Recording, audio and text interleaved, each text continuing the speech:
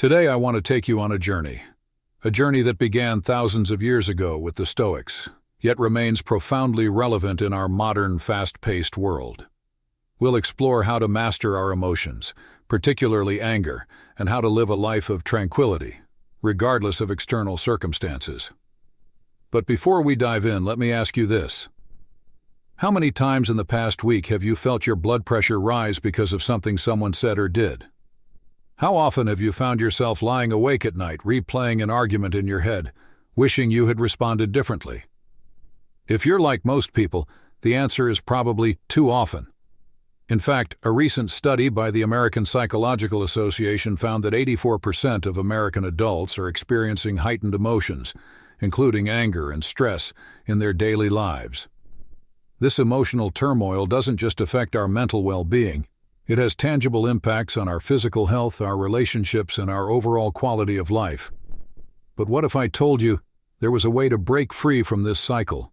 What if you could learn to navigate life's challenges with grace and equanimity, remaining unshaken even in the face of adversity? This is not just a pipe dream. It's a reality that has been lived and taught by some of history's greatest thinkers, from Marcus Aurelius, the philosopher king of Rome, to Epictetus, the former slave who became one of the most influential Stoic teachers. Today, I'm going to share with you 7 practical methods, rooted in Stoic philosophy, that can help you master your emotions and take full control of your inner world. These aren't just theoretical concepts, they're actionable insights that you can start applying to your life immediately. Let's begin with our first method: embracing willingness. At the heart of Stoicism lies a profound principle: the wholehearted acceptance of everything that comes our way. Now, this doesn't mean we have to like or agree with every situation we encounter. Rather, it's about facing life's challenges willingly, without resistance. Marcus Aurelius, in his timeless work Meditations, wrote, "Accept the things to which fate binds you, and love the people with whom fate brings you together, but do so with all your heart." This acceptance is the foundation for escaping the vicious cycle of anger and frustration that so many of us find ourselves trapped in. Let me illustrate this with a simple example from everyday life. Imagine you're doing a mundane chore, like washing dishes. If you approach this task reluctantly, every plate becomes a battle, every fork a source of resentment. But what if you approached it willingly, with a sense of gratitude?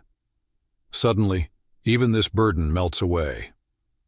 Epictetus, another great Stoic philosopher, put it this way: "Do not seek to have events happen as you want them to, but instead want them to happen as they do happen, and your life will go well." This is the essence of willingness, not resisting life, but flowing with it. And the beauty of this approach is that it can be applied to even the most unpleasant situations. Consider being stuck in traffic. If you spend the entire time fuming over delays, your frustration only grows. But if you see it as an opportunity, perhaps to listen to a favorite podcast or reflect on your day, the tension dissipates.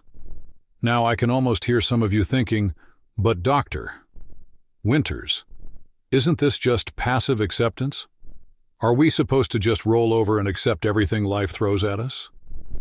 Not at all. Embracing willingness isn't about surrendering to circumstances, it's about redefining our purpose and vision in life. Instead of chasing trivial goals, we can aim for a broader vision. Ask yourself, what kind of life do I want to create? Unlike personal ambitions, which often lead to temporary achievements like earning money or acquiring possessions, a vision encompasses your entire life. Living with a grand vision makes every action voluntary because you understand that everything, good or bad, contributes to your journey. By embracing the flow of life instead of resisting it, you gain a profound sense of freedom and peace. This shift in perspective can be transformative. Consider the difference between compulsion and volunteering. When you're compelled to do something, like meeting a work deadline, it often feels heavy and tedious. But when you volunteer for a cause or help a friend out of goodwill, the task feels fulfilling, even if it's challenging or unrewarding in material terms. The difference lies in your attitude. Voluntary actions stem from a sense of control, turning "I choose to do this" into "your heaven while I have to do this" becomes your hell. Applying this perspective to daily life can be revolutionary. When someone says something offensive, you have two choices. Let it dictate your emotions and react in anger, or view it as an opportunity to practice willingness. You can tell yourself, this person is acting according to their nature, but I choose not to let it disturb mine. It's crucial to understand that accepting life as it unfolds doesn't mean abandoning efforts to improve yourself or your circumstances. Instead, it's recognizing that some things are beyond your control. This mindset not only alleviates pressure but also empowers you to focus on what you can change. For instance, if you face criticism at work, see it as a chance to learn and grow rather than taking it personally. Your reaction, not the event itself, determines your peace of mind. Now, I want to emphasize that embracing willingness is a journey, not an overnight transformation. Start small. Accept your mistakes, view challenges as lessons, and approach daily inconveniences with grace. As you master this mindset, you'll find yourself less prone to anger and external disturbances. Instead, you'll discover a resilient inner strength, enabling you to live life on your terms. Let's move on to our second method. Stop judging others. Have you ever wondered why we so easily feel anger or irritation towards others? Could it be because we frequently judge them? Think about it. How many times a day do you tell yourself, this person is so annoying, or that one is completely untrustworthy? These judgments not only hurt others, but, more importantly, burden our own souls. In Stoicism, letting go of judgment is a powerful method to free ourselves from negative emotions like anger or frustration. Humans naturally view the world through their personal lenses. When someone acts contrary to our expectations, we immediately label them. For instance, if someone drives slowly in front of you, your first thought might be, they're so stupid. But have you ever considered that they might be a new driver, or perhaps driving carefully because they have children in the car? External events don't determine our emotions. The way we interpret them does. Judging others places an unnecessary emotional weight on our shoulders. Judgment isn't just a thought, it's the root of anger. Imagine you have a colleague who's often late to work. If you think they're lazy or irresponsible, your irritation will grow day by day. However, if you consider that they might be caring for a sick loved one or facing personal challenges, your perspective softens. This doesn't mean you condone their behavior, but by dropping the judgment, you shield yourself from unnecessary negative emotions. Stoicism doesn't teach us to ignore problems, but to see them more clearly. Marcus Aurelius wisely wrote, "You always own the option of having no opinion." There is never any need to get worked up or to trouble your soul about things you can't control. No one is entirely good or bad. People are a mix of actions shaped by their circumstances and understanding. Reflect on a time when you didn't act your best. Perhaps you were tired, stressed, or simply having a bad day.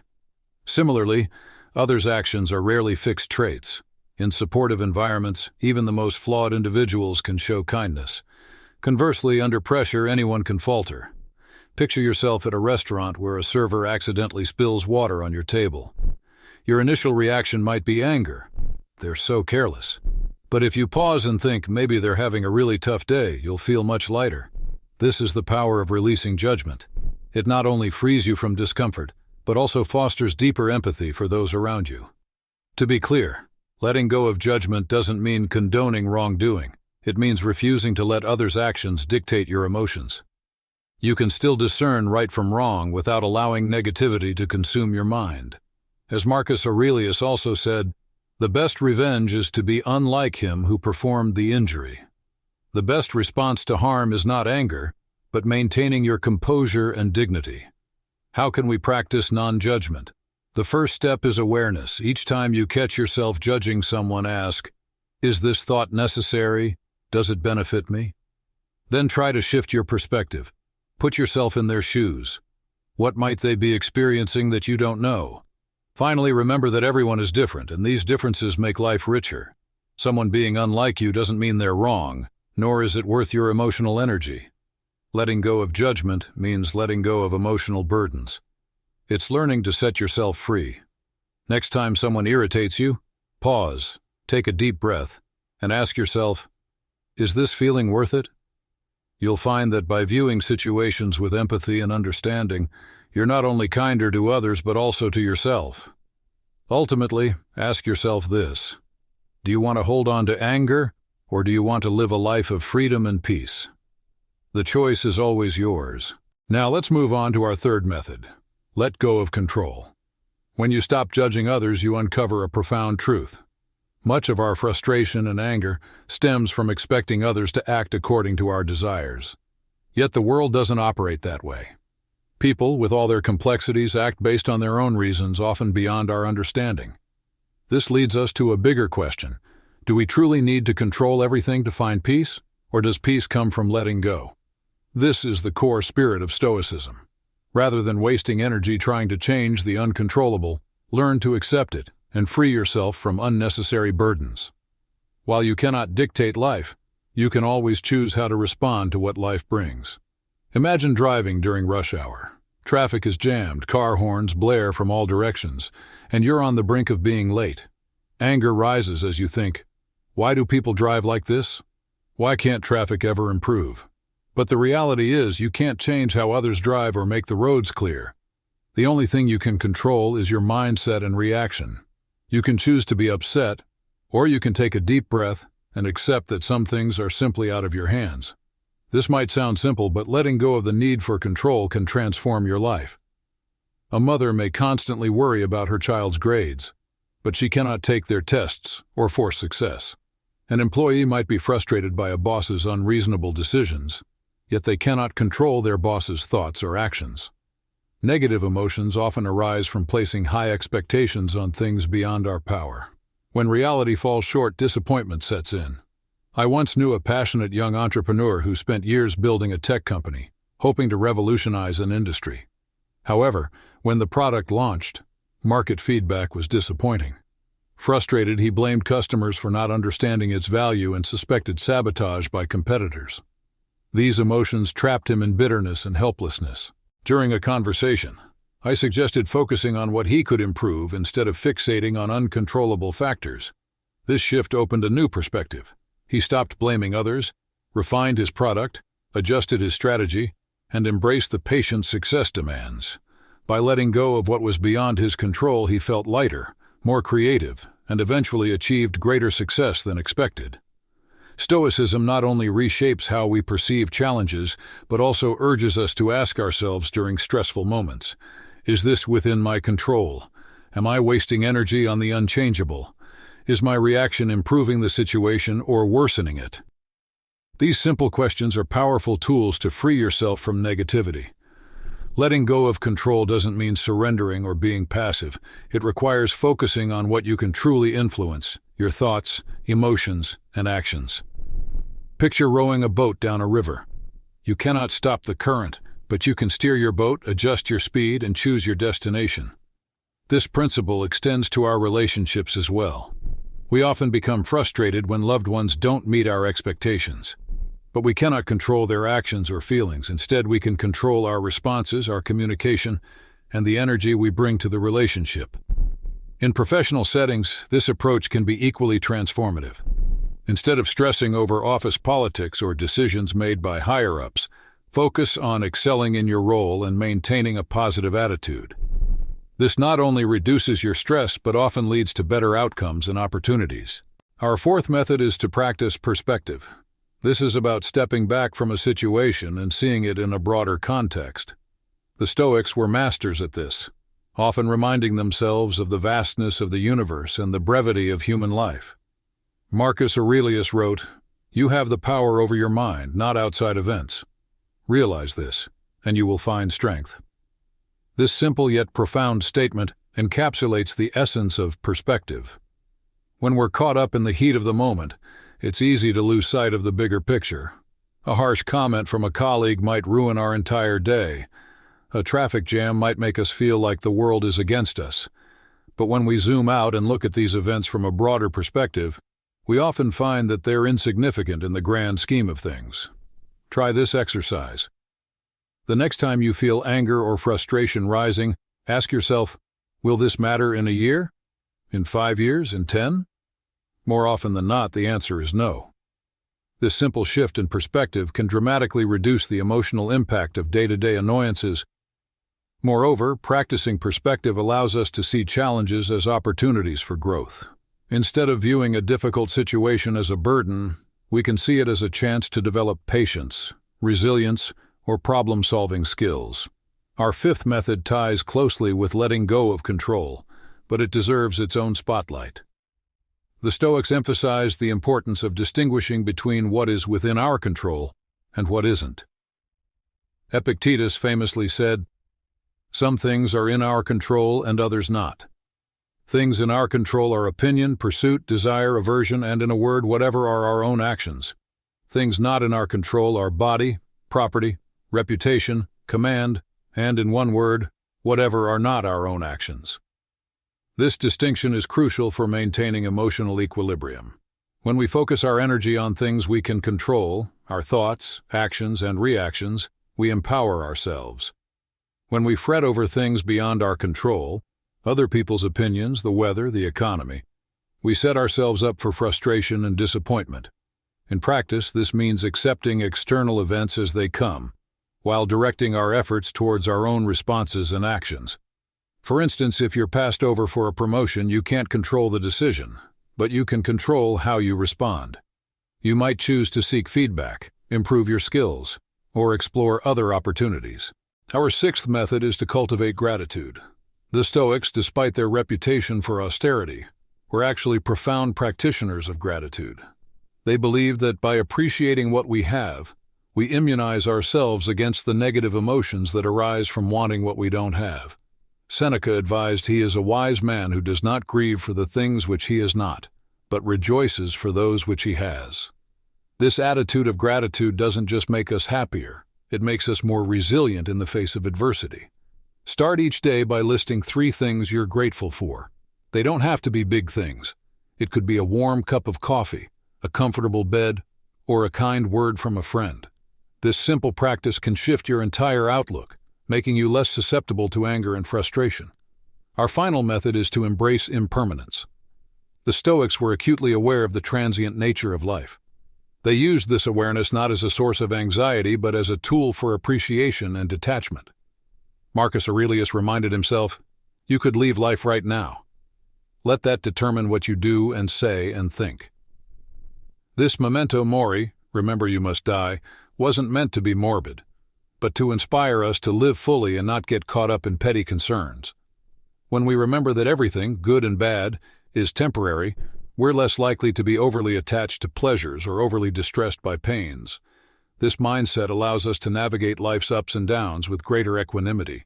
In conclusion, these 7 Stoic methods, embracing willingness, stopping judgment, letting go of control, practicing perspective, focusing on what we can control, cultivating gratitude, and embracing impermanence, offer a powerful toolkit for mastering our emotions and living a life of tranquility. Remember, implementing these principles is a lifelong journey. It requires practice, patience, and persistence, but the rewards are immeasurable. As you incorporate these Stoic practices into your daily life, you'll find yourself becoming more resilient, more at peace, and less affected by the actions and words of others.